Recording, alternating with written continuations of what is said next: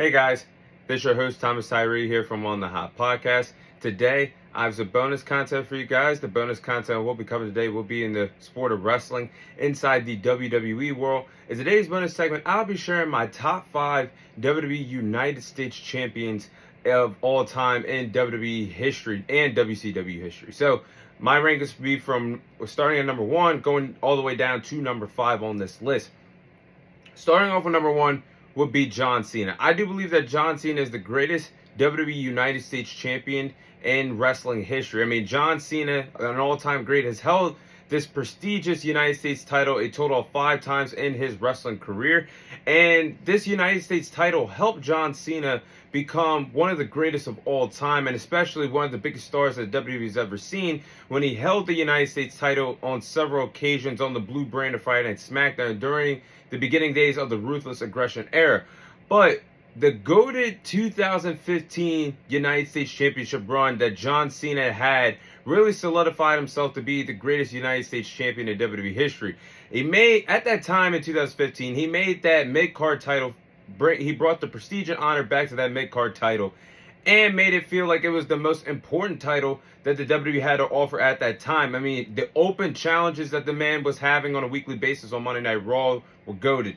And who could ever forget the 3 best, in my opinion, the 3 best open challenge matches that had to do with Cesaro, Sami Zayn, and Kevin Owens. I mean, he catapulted a lot of wrestlers in that wrestling ring. John Cena looked really great and actually pulled up some movesets that we never seen John Cena do in the early part of his WWE career. I mean, Big Match John was criticized for being known as the 5 moves of doom, really only doing 5 moves necessary in the wrestling ring. But John Cena brought a whole new repertoire to his wrestling game, being in his late 30s in 2015. So the greatest of all time, definitely, in my opinion, from what he's done and how many times he's held that United States Championship, is the greatest United States champion in wrestling history. He's number 1 on my list.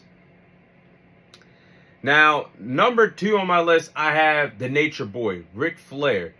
Ric Flair is also a 5-time United States champion, held the title in the WCW days. And Ric Flair was really the first big name to hold that coveted United States Championship and bring prestige and honor to that title during the WCW days.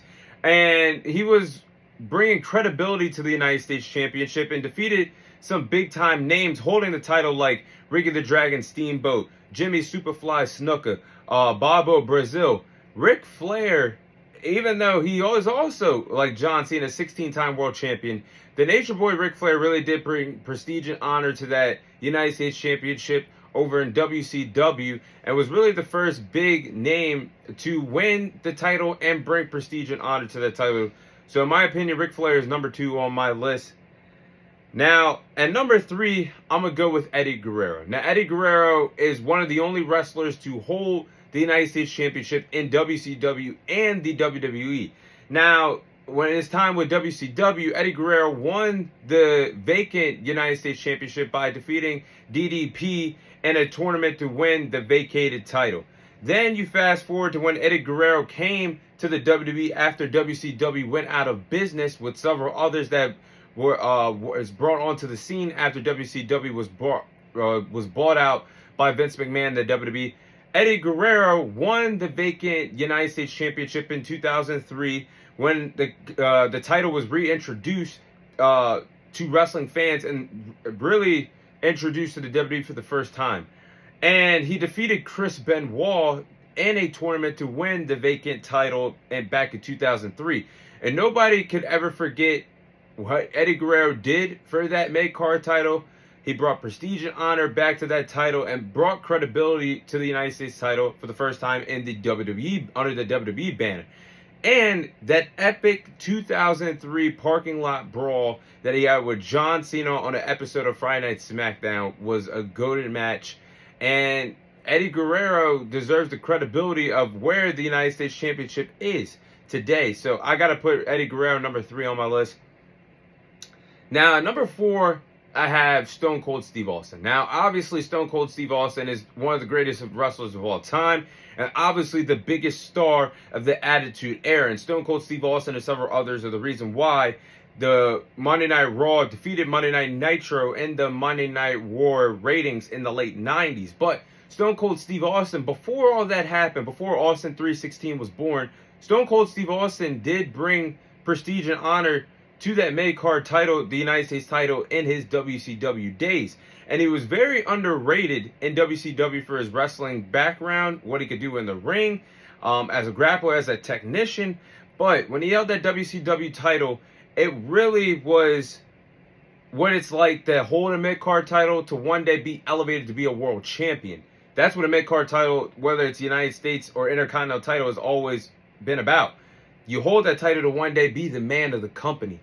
And Stone Cold Steve Austin lived up to that moniker when he did that in the late 90s, or in the early 90s with WCW. But as I digress, Stone Cold Steve Austin was a two-time United States champion, and the 2 times that he did win the title, he did defeat some big-time names in order to get that title, being big names like Dusty Rhodes and Ricky the Dragon Steamboat. And that is how Stone Cold Steve Austin was propelled to be the star that he was in the WWE. He was overlooked by the WCW, obviously spent time in ECW with Paul Heyman, and went on to become one of the greatest of all time under the WWF/WWE banner in the late 90s. And last but not least, I got to put Montel Vontavious Porter, MVP, on this list. Now, MVP, when you talk about the greatest United States champions of all time, he deserves to be in this conversation. And when you look back at MVP's run in the WWE, his first run, when he first started with the company in SmackDown, late 2006, from late 2006 to 2008, MVP was one of the greatest heels that the blue brand of Friday Night SmackDown had to offer. And his first reign with the United States title, he held the title for 343 days.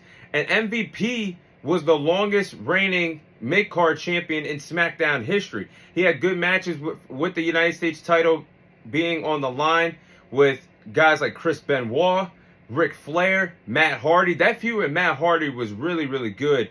And the feud with Matt Hardy, they became competitive. They were competitive against each other. One always wanted to one up the other. They became tag team champions. So you had MVP holding the United States title and being one half of the WWE tag team champions at the same time. Now that feud with him and Matt Hardy went to another level when MVP turned on Matt Hardy, took him out of action, and then Matt Hardy months later, cost the MVP shot at winning the Money in the Bank briefcase at WrestleMania 24, then lost the United States title to Matt Hardy at Backlash in 2008. So MVP did a lot of great things with that United States title, also feuded with guys like the Animal Batista, Rey Mysterio, Kane, you name it. MVP was an underrated United States champion, and I still believe to this day does not get the credibility of being one of the greatest United States champions of all time. But that is my own personal top 5 United States champions list. The greatest United States champions in WCW and WWE history. That is all the time I have for you guys today. Thank you guys for watching. Thank you guys for listening. This is your host, Thomas Tyree, signing off. And I'll see you guys on next week's episode.